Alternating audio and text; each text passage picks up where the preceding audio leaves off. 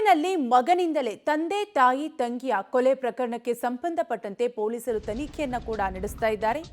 ಈಗಾಗಲೇ ಕೊಟ್ಟೂರಿನಲ್ಲಿ ಹೆತ್ತ ಮಗನಿಂದಲೇ ತಂದೆ ತಾಯಿ ತಂಗಿಯನ್ನ ಕೊಲೆ ಮಾಡಿರುವ ಪ್ರಕರಣಕ್ಕೆ ಸಂಬಂಧಪಟ್ಟಂತೆ ಮನೆಯ ಹಾಲ್ನಲ್ಲಿ ಮೂವರ ಶವವನ್ನ ಹೂತಿಟ್ಟಿದ್ದ ಹಂತಕ ಅಕ್ಷಯ್ ಹೂತಿಟ್ಟಿದ್ದ ಮೂವರ ಶವವನ್ನು ಕೂಡ ಪೊಲೀಸರು ಹೊರತೆಗೆದಿದ್ದಾರೆ. ತಂದೆ ಕಾಲನ್ನ ಕತ್ತರಿಸಿ ಗುಂಡಿಯಲ್ಲಿ ಕೊಲೆಗಾರ ಹೂತಿರ್ತಾನೆ. ಒಟ್ಟಾರೆಯಾಗಿ ಕೊಟ್ಟೂರಿನಲ್ಲಿ ಹೆತ್ತ ಮಗನಿಂದಲೇ ತಂದೆ ತಾಯಿ ಮತ್ತು ತಂಗಿಯನ್ನ ಕೊಲೆ ಮಾಡಿರುವಂತಹ ದಾರುಣ ಘಟನೆ ನಡೆದಿದ್ದು ನಿಜಕ್ಕೂ ಈತನ ಪ್ಲಾನ್ ಮೂವರ ಕೊಲೆ ಬೆಚ್ಚಿ ಬೀಳಿಸುವಂತಿದೆ. ಅಷ್ಟರ ಮಟ್ಟಿಗೆ ಈತ ಹೆತ್ತ ತಂದೆ ತಾಯಿ ತಂಗಿಯನ್ನ ಕೊಲೆ ಮಾಡಿದ್ದಾನೆ. ಕೊಟ್ಟೂರಿನಲ್ಲಿ ಮಗನಿಂದಲೇ ಈ ಕೃತ್ಯವನ್ನ ಎಸಗಲಾಗಿದೆ. ಒಂದೇ ದಿನ ಮೂವರ ಕೊಲೆ ಬೆಚ್ಚಿ ಬೀಳಿಸುವಂತಿದೆ ಹತ್ಯೆಯ ಪ್ಲಾನ್.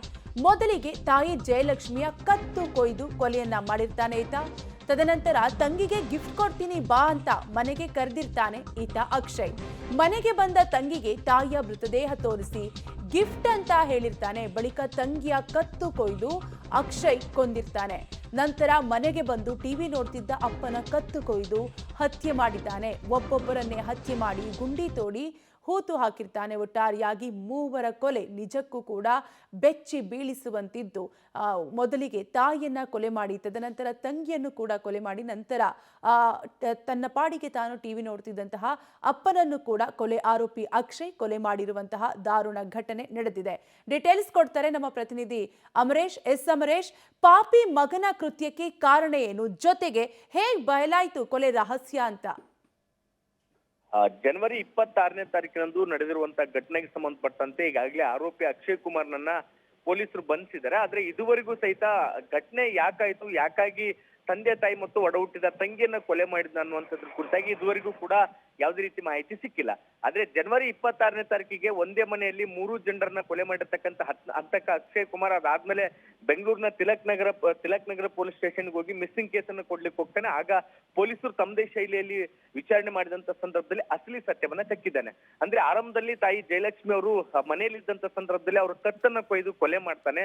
ತದನಂತರದಲ್ಲಿ ತಂಗಿಗೆ ಫೋನ್ ಮಾಡಿ ಇಲ್ಲ ನಿನ್ಗೊಂದು ಗಿಫ್ಟ್ ಕೊಡ್ತೀನಿ ಬಾ ಅಂತೇಳಿ ತಂಗಿನ ಅದೇ ಮನೆಗೆ ಕರ್ಸ್ಕೊಂಡು ಮುಂದೆ ತಾಯಿಯ ಮೃತದೇಹವನ್ನ ತೋರಿಸಿ ಇದೇ ನಿನ್ಗೆ ಕೊಡುವಂತ ಗಿಫ್ಟ್ ಅಂತೇಳಿ ಅಲ್ಲಿಯೂ ಕೂಡ ತಂಗಿಗೆ ತಾಯಿಯ ಮೃತದೇಹವನ್ನು ತೋರಿಸಿ ಆಕೆಯ ಕತ್ತನ್ನು ಕೂಡ ಕೊಯ್ದು ವಿಕೃತಿಯನ್ನ ಮೆರೀತಾನೆ.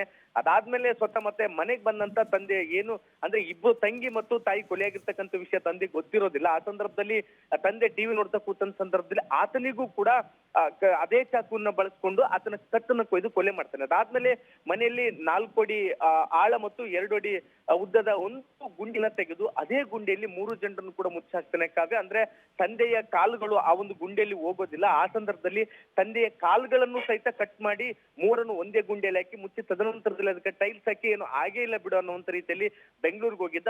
ಅಲ್ಲಿ ಪೊಲೀಸರು ವಿಚಾರಣೆ ನಡೆಸಿದಂತ ಸಂದರ್ಭದಲ್ಲಿ ಎಲ್ಲಾ ವಿಚಾರವನ್ನ ಬಾಯ್ಬಿಟ್ಟಿದ್ದಾನೆ. ಸದ್ಯಕ್ಕೆ ಈ ಒಂದು ಘಟನೆ ಇಡೀ ವಿಜಯನಗರ ಜಿಲ್ಲೆ ಅಷ್ಟಲ್ಲ ಇಡೀ ರಾಜ್ಯವನ್ನೇ ಬೆಚ್ಚಿ ಬೀಳಿಸಿರುವಂತದ್ದು. ಯಾಕಂದ್ರೆ ಸ್ವಂತ ಹೆತ್ತ ಮಗನೇ ತಂದೆ ತಾಯಿ ಅದ್ರ ಜೊತೆಗೆ ರಕ್ತ ಹಂಚ್ಕೊಂಡು ಬಂದಂತ ತಂಗಿಯನ್ನು ಕೂಡ ಕೊಲೆ ಮಾಡಿರೋದ್ರಿಂದ ಒಂದು ರೀತಿಯ ಆತಂಕದ ವಾತಾವರಣ ಇಡೀ ಕೊಟ್ಟೂರು ಪಟ್ಟಣದಲ್ಲಿ ಮನೆ ಮಾಡಿತ್ತು. ಸದ್ಯಕ್ಕೆ ಆರೋಪಿಯನ್ನ ಪೊಲೀಸರು ವಶಕ್ಕೆ ಪಡ್ಕೊಂಡಿದ್ದಾರೆ. ಈ ಘಟನೆ ಅಂದ್ರೆ 3 ಜನರನ್ನ ಯಾಕಾಗಿ ಕೊಲೆ ಮಾಡಿದ ಅನ್ನುವಂಥದ್ದು ಪೊಲೀಸರ ತನಿಖೆಯಿಂದಷ್ಟೇ ಹೊರಗೆ ಬರಬೇಕಾಗಿದೆ. ಕಾವ್ಯ, ಥ್ಯಾಂಕ್ ಯು ಅಮರೇಶ್ ಡೀಟೇಲ್ಸ್ಗಾಗಿ.